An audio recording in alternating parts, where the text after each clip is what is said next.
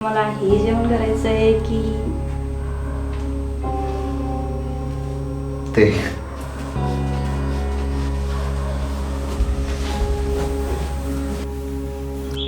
Avinash sir तर खरं तर म्हणजे त्यांच्या बायकोमुळे माझ्या तोंडाला लागतच नव्हते, पण त्या काळी ना मला त्यांची फार गरज होती.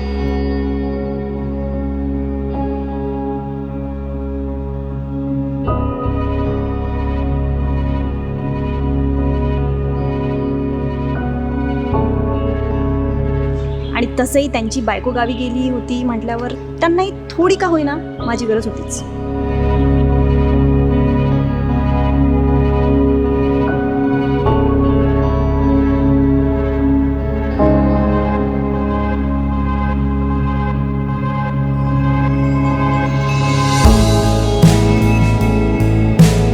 कधी कधी मला कळत नाही मी बायकोला फसवत